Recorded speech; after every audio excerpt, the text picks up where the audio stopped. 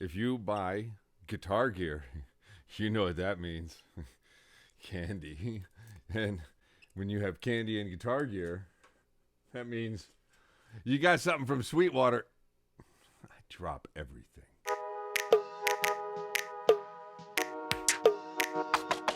All right, the video is, I feel like I have to say this kind of stuff. The video is not sponsored by anybody. That's my free sticker because I bought my stuff. That's my candy. I'm going to eat that after I make this. And this is now my Behringer HM300 pedal. A lot of us guitarists know that the Behringer stuff, we know what it is. You could look it up, but the big point right now is that it's available through Sweetwater. It's very inexpensive to buy these pedals. And the fun thing is you're going to be able to pick the next couple of videos because I have the HM300, which is the Boss HM2 clone. And in an upcoming video, I'll compare that with the Boss Waza. You have to wait for that. I want to hear from you. Which video do you want next? Do you want the Super Fuzz? The Behringer SF300 Super Fuzz? You want me to check that bad boy out? Because that's ready to go. I have the digital reverb on the board, and we're actually going to be hearing that today. I can't make these things focus. So leave a comment if you want the Super Fuzz, or if you want the reverb, or if you want to hear what these two boxes had in them, because those were prime time specials, and now they're not even available on Amazon, but they might be eventually.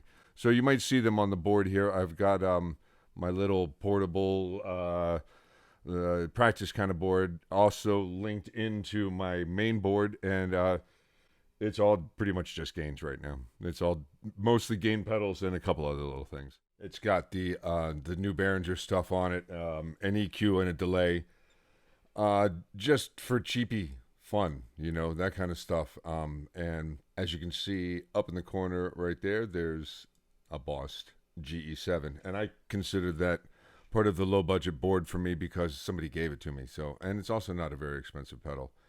And so I want to dig into specifically the HM300 by Behringer. You know me, I like to mess around with other sounds and other pedals with it. If you don't know me, subscribe, Double D Guitar. I throw stuff. So there's gear thrown around here. And which of those two Behringer pedals do you want? Do you want the fuzz? Do you want the reverb? What's next? Or do you want to hear what's in those mystery boxes? Because one of them was really impressive. One of them was, kind of. And I'd like to warn you about the kind of one. Leave one of those three comments below. Why did I get this? I wanted to relive my youth, my first real true gain pedal after I had my plastic Arion pedals was the Boss HM2. And it was a really cool pedal. I regret getting rid of it for the Metal Zone. You probably, if you're old like me, remember that feeling. And then being really let down by the Metal Zone, and then never really getting the HM2, and then moving on from there. I ended up with all sorts of other stuff. And now I like my Friedman, and I like the Angry Driver. Those are my two main gain pedals on my board. Today we'll listen to the Orange Rocker 32. These heavy metal names are misnomers. I have an SM9 heavy metal Ibanez pedal that really does anything but that. And it does the other stuff really well, and it doesn't really do metal well. And sometimes metal pedals do other things well if you just change the settings around. So the common pedal settings for these is everything cranked up, volume and the two tone knobs all the way up, and then the gain. And I'm not a fan of that. But I have found something in here that I really like. And if you're familiar with David Gilmour, of course you are, or the site gilmourish.com, you know that he used and probably still has an HM2 Boss pedal. I wanted to kind of try to get some Gilmour tones. So real quick, I'll play the pedal by itself in the setting that I kind of like. We're going into the clean channel of this Orange Rocker 32. It's literally just got a volume. And I'll start it off with just the Behringer pedal, and then I'll go for the Gilmour sound. I'll add some compression before it. I'll add some reverb and some nice delay. And I'll turn on that Boss EQ because I kind of like to trim it just a little bit to kind of just get the amp sounding a little closer, just a little closer to what I like out of that HM300. It's a cool pedal for $20. I mean, when I was a kid, right, old man alert. So anyway, $20 pedal. You're about to hear it.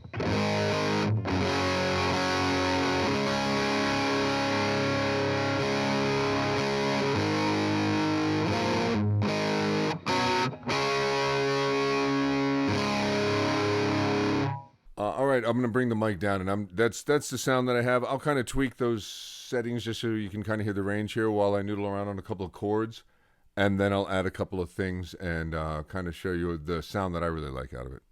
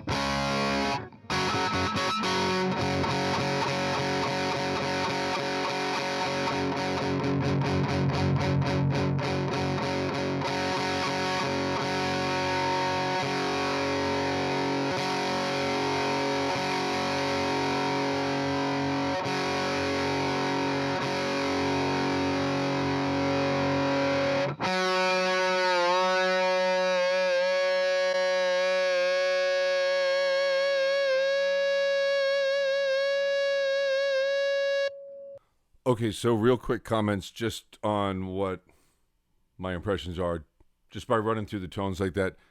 So you can see to me, there's a certain amount of useless range past 3 o'clock on the gain. It's just the same as mushiness. So there's, to me, no point of turning that one up. I think with the HM, the actual real boss one, and I'm sure with the Waza one, there's going to be a little more refinement through those ranges.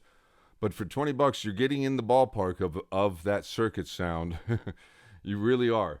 And you could see as I backed down what is officially, there's low and mid in what would be the color or the EQ section of the pedal.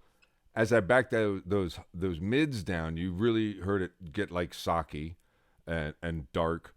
And then the lows will really even add to that or take away some of that. And you can get a kind of an overdubby kind of effect, for like intro guitars, and then everything else comes in real full. So that's there's sounds to be had, especially for overdubbies or interesting things within those kind of textures. So I wanted you to just hear that range.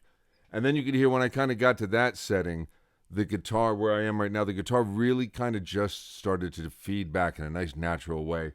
And I don't even have a compressor on yet before it. I'm going to go ahead. You could probably get this effect with almost any compressor set pretty mildly.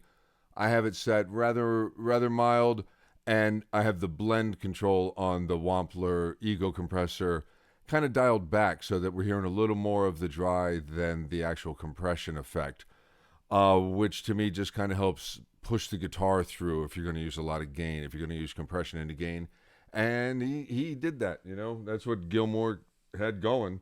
So what I'll do is I'll bring that up. I'll bring a little bit of delay, and I'll also turn on the reverb. I'm not going to turn on my RV500 from Boss. I'm going to turn on the Behringer one. Oh gosh, I threw the box, so I can't. Oh, there it is, DR600. I'm going to turn on the DR600, and it's just set really mild, just to give a little bit of space and to kind of absorb some of that delay. So those are the sounds, and I'll also kick on a wah every once in a while. I'm pretty impressed for $20. So this has led me to make sure I get my Waza order in for the Boss, and we'll do a shootout down the road another month or two on what that's like. So please, hit the subscribe button if this is the kind of stuff you like. Leave a comment below about which one of those pedals you want to see next on this old cheapo board that I have here. I got the Super Fuzz, and I got the reverb, the multi reverb. It has a bunch of different settings in it. DR600, which is of course modeled after a Boss product. Why do people crap on Boss so much when like every pedal company makes their version of a Boss or two versions of a Boss pedal? And then people go, I don't like Boss. Well, but all the pedal companies do, so get over it. So here's Behringer's version of the HM2. And thanks for being here, Double D Guitar. I'm just going to go ahead. I'm not going to do any jam tracks or anything. I'm just going to kind of get that sound back that I was jamming with and just kind of play us out for a little bit. And I'll fade it once I really start messing up.